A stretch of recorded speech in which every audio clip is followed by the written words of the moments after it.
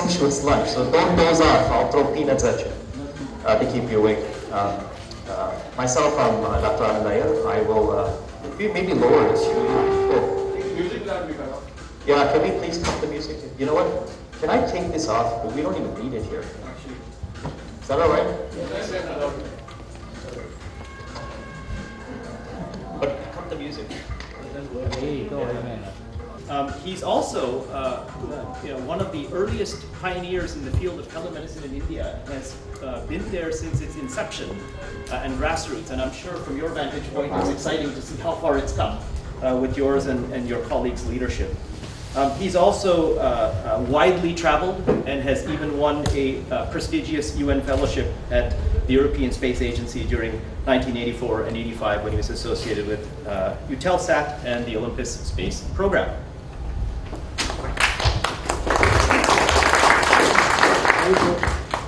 We are starting the session. Well, doctor. Right. And I hope he is making a lot of equipment, a lot of systems for well-being of the patient, right? Okay, that's his mission. And he will give a presentation. We'll start this session with his presentation. I request, he has a lot of experience. He had been voted top 35 wireless executives in the world, 2009. And he is a core engineer, or wireless engineer, PhD and MBA from Carnegie Mellon. Mr. Ayrton, Dr. Ayrton. Thank you.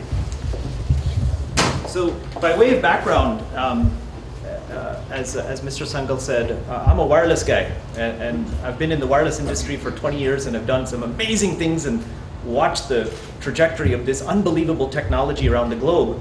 But then in 2002, I developed type 2 diabetes myself. And that was the sound effect for me developing type 2 diabetes. It's perfectly timed. And so I joke with people that the two things that define my DNA, one is good, wireless in my blood. One is not so good, too much sugar in my blood, but here we are, well done. Can people switch off their mobile, please? So, WellDoc is a company, we're a healthcare technology company, and we're really in the business of improving patient outcomes and reducing healthcare costs for patients who suffer from chronic diseases.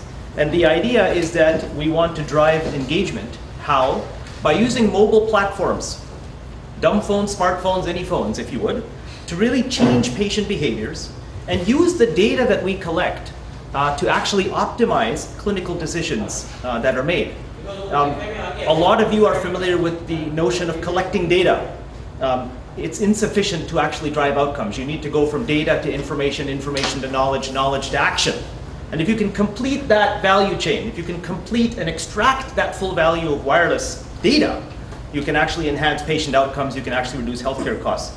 And the real purpose is to do this using the tools that we carry with us the most, which is a cell phone. I may leave my blood glucose meter at home, but I'll never leave home without my cell phone. So what I'd like to do very quickly is establish context. And I'll use diabetes as an example, even though we're actually doing multiple chronic conditions other than diabetes, hypertension, asthma, soon to be oncology, heart. I'd like to spend a little bit of time talking about why mobility in the first place, and what's the right solution architecture. And then how would we actually adapt WellDoc for India? The theme of this conference is about beyond pilots. I'm proud to say that we have FDA clearance in the United States, which in and of itself means nothing. Who cares? 3 letters. What it means is we've actually taken the pains to ensure that these technologies are safe for patients, that they don't induce safety risks for patients, and that we've developed it in a repeatable, scalable manner. And with that, and our published outcomes, which I'll talk about, we actually have commercial, viable operating models today. For those of you who are investors, we're an angel invested company, we're already cash flow positive, so we actually have a true operating model with real live customers, and I'll share some of that with you as we go along. I'd like to talk about the outcomes, and of course I want to talk about key success factors in India, because as all of you know, you can't just cut and paste American innovation anywhere else in the world, let alone in India. You have to adapt it, okay? So we'll talk about what that means. So imagine, let's start off with the day in the life of a diabetes patient in India. So here's a guy, Selvaraj, right? He's just starting and he's kind of nervous. And he's nervous because he hasn't been checking his blood sugar. But he managed to save enough money to go down to the chemist and get a strip and test his blood, right? The result is 322 milligrams per deciliter. So it's much higher than what it should have been, right? And so the chemist tells him, hey, you better watch out because you're going to develop blindness and amputation, possibilities and heart failure and all these things. And for him, it's like it goes in this ear and it comes out that ear. He has no idea what that means, right? So his mother tells him, of course, hey, eat more chapati, eat more dal, don't, eat less rice. But he eats what he can, and he eats what he can when he can and what he can afford. Okay? Unfortunately, it's been a hectic day, but he skipped his lunch. And now he thinks he's tired, but unfortunately, he doesn't see these signs of low sugar or hypoglycemia. Okay? So he went to the local clinic, and of course, they are nice people. They helped him again. But this isn't the first time. He's actually quite frustrated that this has actually occurred. And finally, there seems to be no end in sight. So here he is in his own world, dare I say, a little lonely. How do I cope with the management of this disease, given my means and given my awareness of the disease management and the practices I need to optimize how I manage my diabetes? He's not alone. Okay? You all saw the newspaper on Tuesday, right? And this is an alarming statistic that 1 out of every 5 either has diabetes and hypertension in India. And think about it, nobody dies because of high blood sugar. They die because of the complications of diabetes. They die because of the blood pressure complications, the lipid complications, right? So this is a huge, huge problem. It's not just him, right? And it's not centered in rural areas. It's all over the country, even in the middle of downtown Mumbai, right? So when you actually look at the key challenges, what are the challenges that he faced and what are the challenges that the country faces? So one is poor awareness and knowledge. When we actually look for every diagnosed patient, we believe, the world believes, that there's at least 1.5 patients who don't know they have diabetes. There's inadequate care. You've all heard about this during the conference. And you look at the ratio of doctors, if you would, against the global norm. The number of patients is going like this and the number of providers is going like this. Something has to stop this gap, okay? Otherwise, we're all going to be in a big mess. There's limited access to care. Of course, it's an affordability. And if I pick on our President of the United States, he used the word cheap healthcare when he described India several months ago. It's not cheap healthcare, it's affordable healthcare. And in fact, it's a word out of Henry Ford's book that says you want to make the desirable affordable.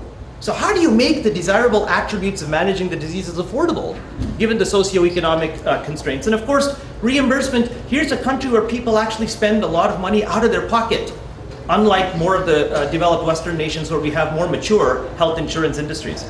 So when you actually look at the limitation of some of the programs today, so if I personalize this, so situational versus foundational, I go to the doctor looks at my readings and the doctor says, okay, you seem to be doing okay. So how many people here know what A1C is in diabetes?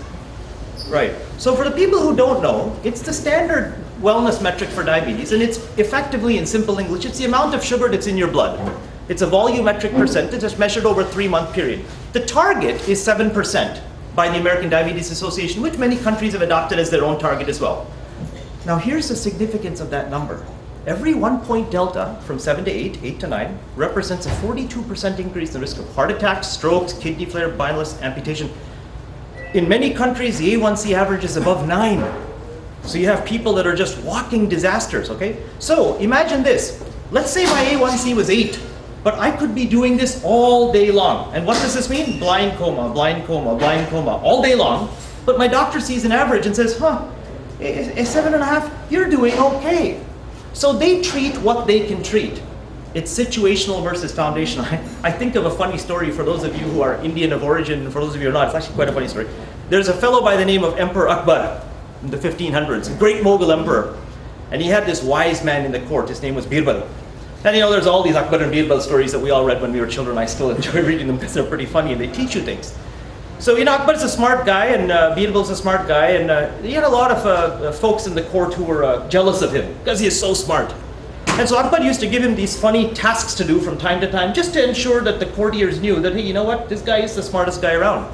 So on one such occasion, Akbar said, hey, I meet smart guys every day. I never meet stupid people. Surely Agra has no stupid people. So, and Birbal said, sir, I beg to differ. And he says, well, you know what, why don't you take a month off and go find, Except for Shah Jahan. why don't you find 10 fools? And he says, sir, I don't think I'll need a month, but let me come back.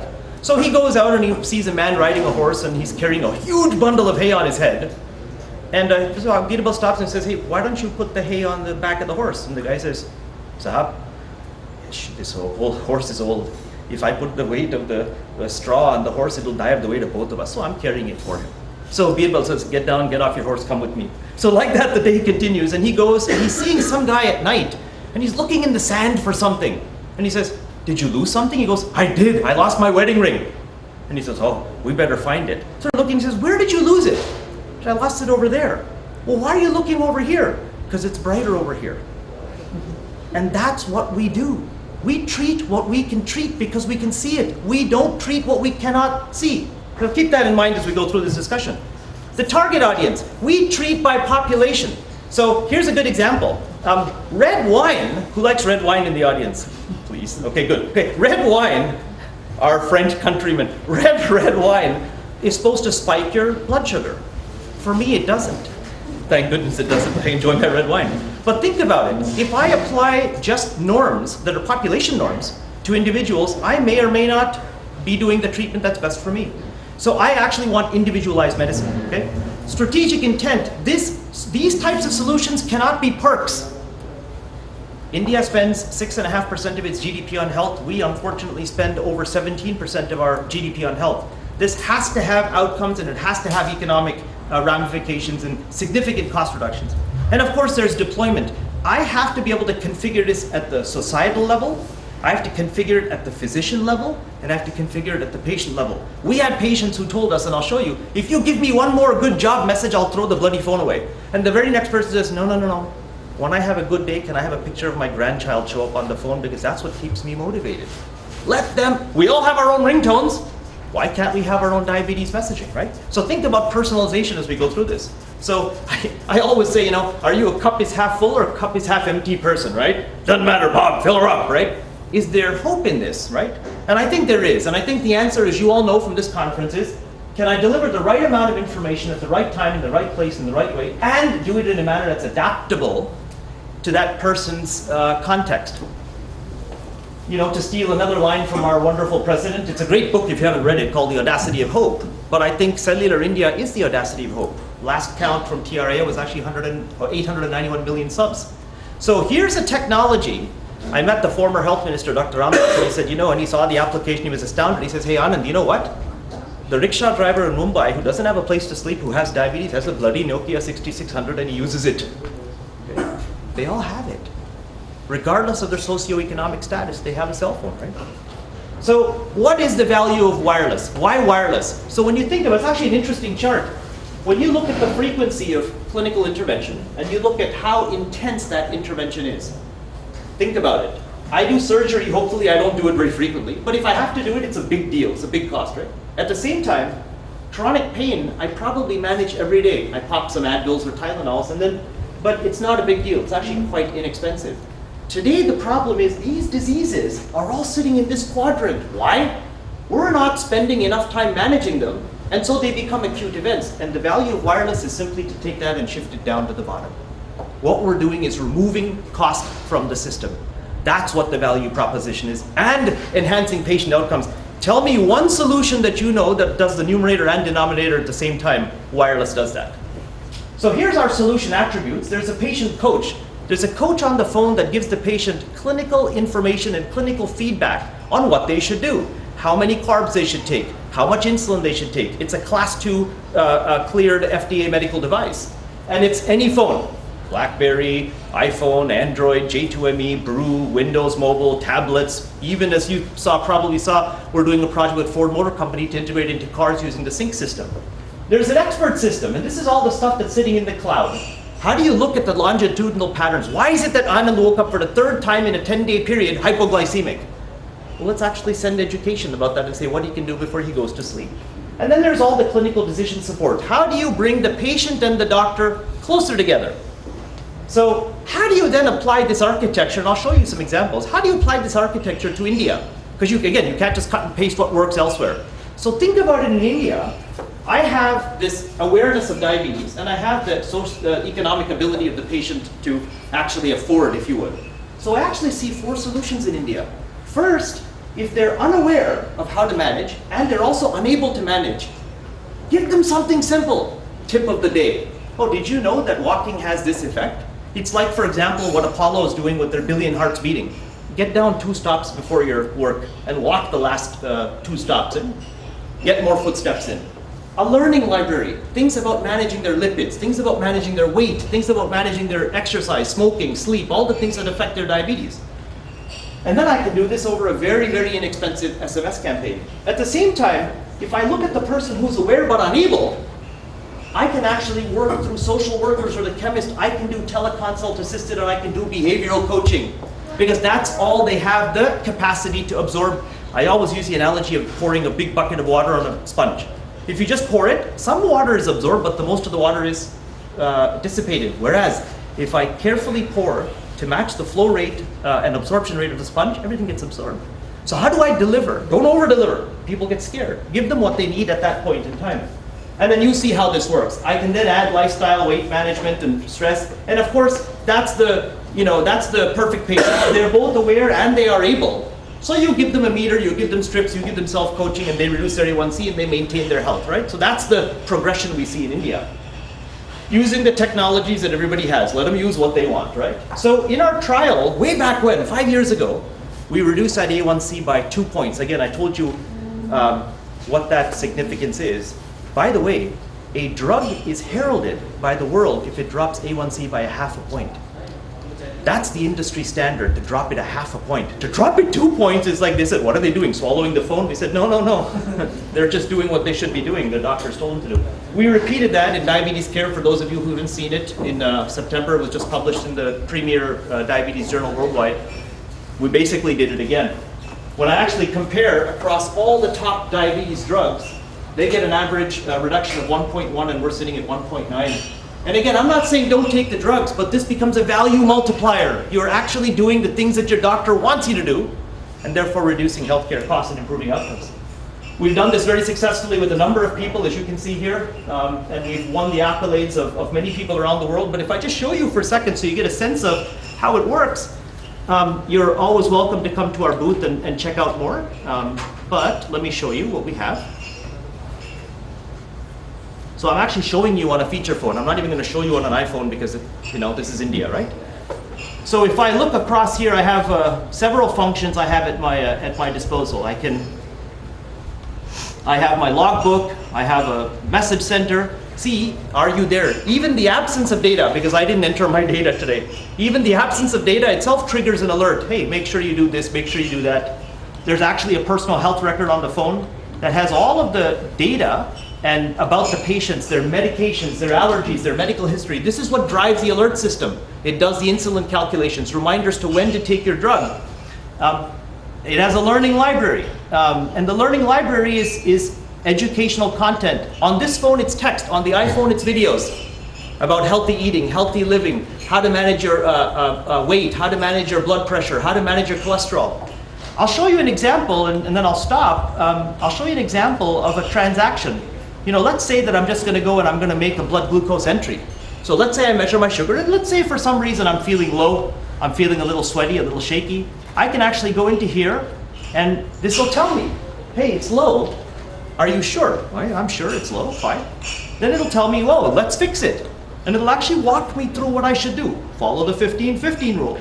Here's examples of 15 grams of carbohydrates that I can take.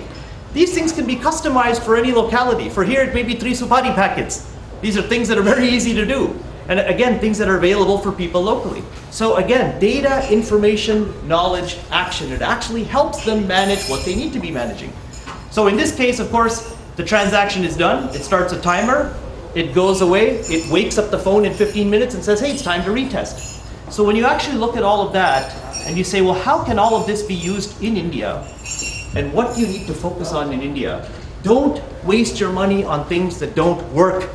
You don't have that. Nobody has that. We shouldn't do the same thing in the United States. Don't waste your money on solutions that don't deliver health outcomes and economic outcomes. If they don't, move on to something else. And hold yourself accountable to it. Measure it. Make sure that you're actually getting the ROI that you need. Otherwise, it's fun and games. Nobody will sustain. There'll be no business model and nobody will adopt it. Regulatory compliance. It's important because you have to honestly manage patient safety. Again, whether it's CE mark or it's FDA, who cares? You have to manage patient safety because that'll come back to bite you as a business, okay? You have to have accessibility. That means it should work on any network. Any operating system and any device. Let them use what they have at that point in time. And of course, it has to be socioeconomically accessible, which means how do you make it affordable, and how do you culturalize it, and how do you localize it for that group of people, right? And then finally, how do you integrate it with doctors? I've always said that in India, one model is we could actually give it to doctors. Sell it to the doctor and say, you run it as your business. You sell it to your patients, and it helps them manage their practice. It helps them grow their pay. Instead of seeing 100 patients, now they can see 1,000 patients and they can bill for it. They're happy, patients are getting better, and the system is saving money. So with that, I'd like to say thank you, and I'll take any questions if there's any questions. So you're available in India, the device now?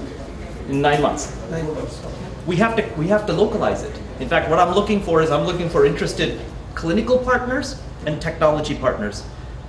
Some of you may know Dr. Ramachandran's institute in Chennai. We actually sat down with Dr. Ramachandran. We went through the whole application. He said, you know, Anand, 85% of your algorithms are the same as what we do here, but 15% are different.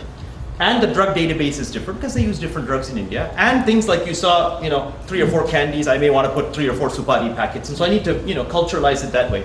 And then we also, in the United States, because of our US Patriot Act, I can't send health data back and forth across boundaries of the United States. So I need to host locally, which I wouldn't want to do it anyway. I'd rather host it here. So we need both clinical and technology partners, and that's what we're in the middle of doing. Other questions? What's the cost? So the cost is, you should tell me what the cost is. So today if I go to Apollo and I stick my hand in that telekiosk and it measures my blood pressure and my weight, I pay 50 rupees, right? I can easily do more for less than 50 rupees. Okay? We remember, we don't want to drive the cost up, we want to drive the cost down, right? And think about it, the incremental cost from these, they already have the phone. It's software. Yeah. That's yesterday in the keynote that Lord Crisp made, which is fabulous. He said, if there's any egg on the face of telemedicine, it's perceived as being too expensive. Why? In many ways, telemedicine has its own infrastructure. It has its own kiosk, it has its own equipment. There's 3 of my favorite letters in the world, which is OPM, other people's money. The wireless operators have already made billions of dollars of investment. We should leverage that. Why not? Other questions? Can I have your email ID? Yeah, we'll do all of that later. Is there any other questions? Okay. Have you done anything regarding diabetes or not? I'm sorry? Eye manifestations of diabetes. Eye? Manifestations in diabetic patients. So like the diabetic retinopathy, and absolutely. In fact, in our first trial, there was 4 patients who actually had diabetic retinopathy. These people were A1Cs above 11. We brought them down to 6.5 in 90 days. Which is... Your thing supports the fundus images and Switzerland. It can. So think of WellDoc as an enablement engine. I can plug that into telemedicine. I can plug that into ophthalmologic solutions. I can plug that into other solutions. Think of it as an enablement for this hub concept, where I can manage several comorbidities. If they have retinopathy, neuropathy, whatever, right? I can do that. Because diabetic retinopathy, they can lose vision. It's inbuilt. 5 years diabetes or 10 years diabetes, that's the time when they go for recommendations. With your kind permission, we'll take more questions at the end, but I want to let other people come and speak. So, thanks, Dr. Anand, for the lively talk on affordable and adaptable healthcare. In fact, you are aware India is an aging population, and probably India, you have a good market. And about next 20 years, India will have more than 70 years of age, about 12% of the population. So I think healthcare at home and affordable healthcare is the need of the hour. Thanks a lot. Now I call Annie for her presentation. Anand, can you have some Absolutely. brief about her? Absolutely. Annie. So as Annie Matthews is getting her presentation ready, I'd like to formally introduce her. Annie Matthews, the head Alliances and Developer Relations for RIM, Research in Motion, India. Formerly, she held several leadership positions, senior positions at Mahindra Satyam, and she brings a very, very deep experience in alliance management and corporate strategies, and we're very happy to have her here today. Annie? Thank you. If you want.